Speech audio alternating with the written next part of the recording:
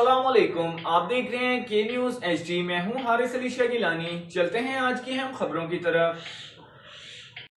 رخ کریں گے ساہیوال کا، جہاں سے رپورٹ کر رہے ہیں ہمارے نمائندے محبوب چودھری۔ موٹر وے پولیس کے شہید پیٹرولنگ آفیسر ریاض احمد کی نماز جنازہ ساہیوال میں ادا کر دی گئی۔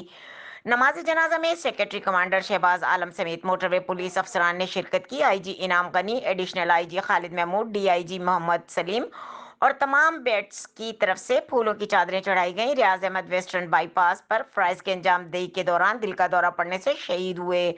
محمد ریاض نہایت ایماندار اور پیشہ ور پولیس آفیسر تھے۔ موٹر وے پولیس اپنے شہدا کی فیملیز کو ہر ممکن خیال رکھتی ہے۔ مزید خبروں اور اپڈیٹس کے لیے ہمارے ساتھ رہیے گا، تب تک کے لیے اپنا خیال رکھیے گا۔ اللہ حافظ۔